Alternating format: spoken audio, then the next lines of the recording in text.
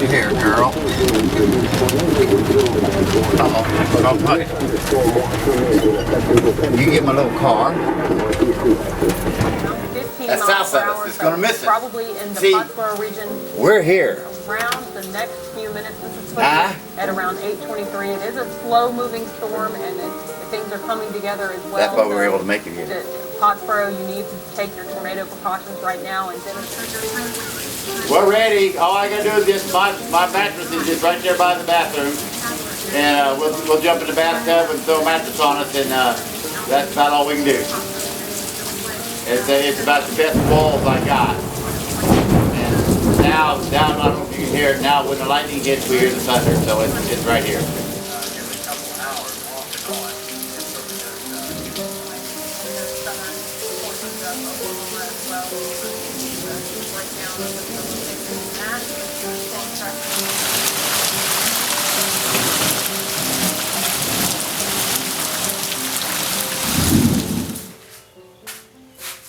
Normally I make my own charcoal at the end of each run, but I thought I was going out of town, so we're going to cheat a little bit and use some charcoal.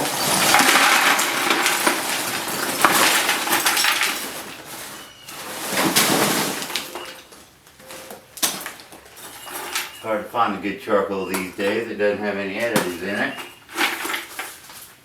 Alright.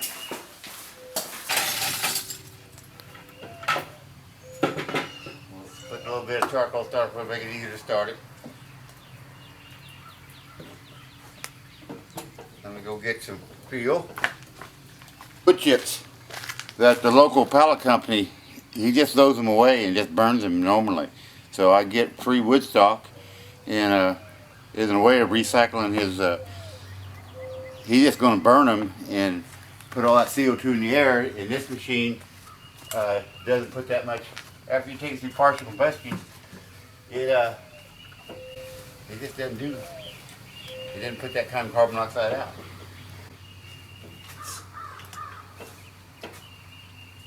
Alright, we're going to get this stove going.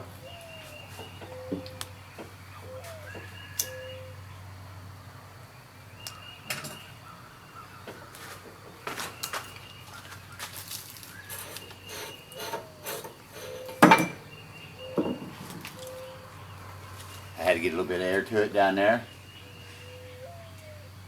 And basically what we're doing here is we're going to take this wood through partial combustion, called gasification.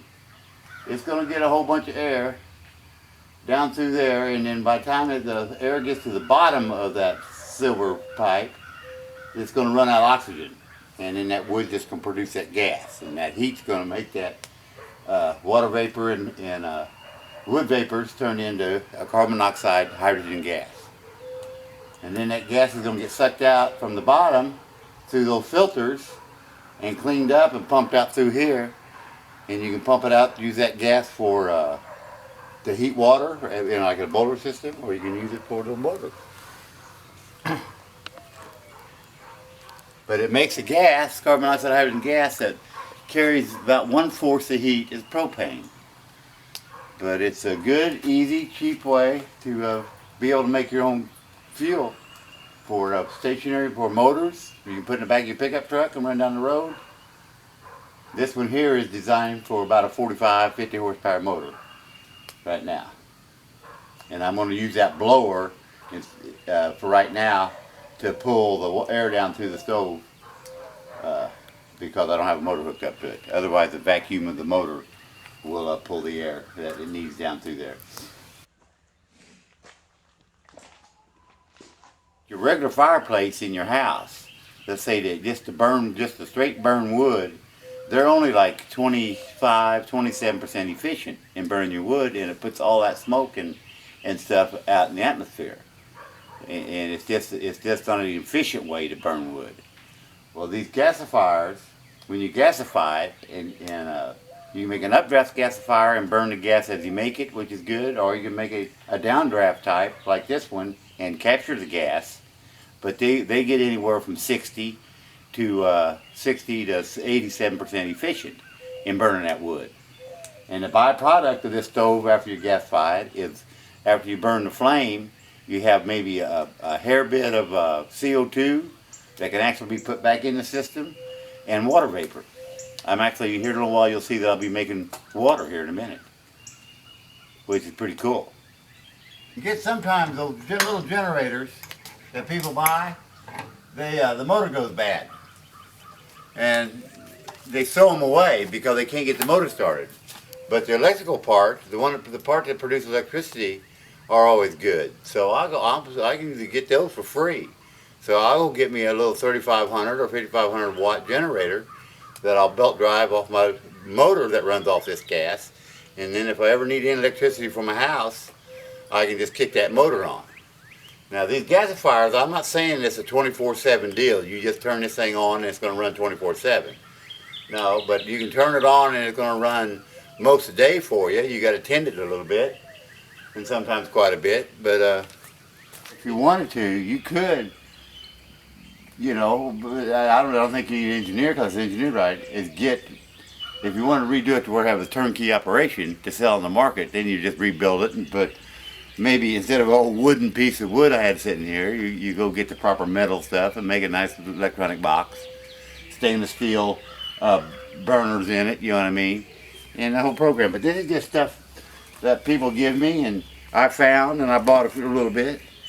But it's an emergency FEMA gasifier, FEMA type, that in case if you ain't getting no gas, or for your car or for your heaters or anything, you just make it out of wood like they did in 1920. It's a sense of independence. If they take our gas from me, or it gets so expensive I can't buy it, then I got my own gas.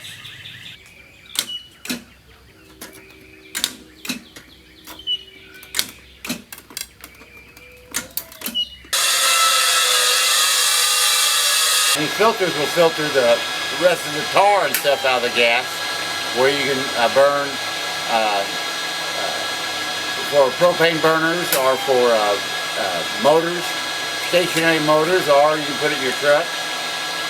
And it just the gas just carries 1/4 the heat as propane.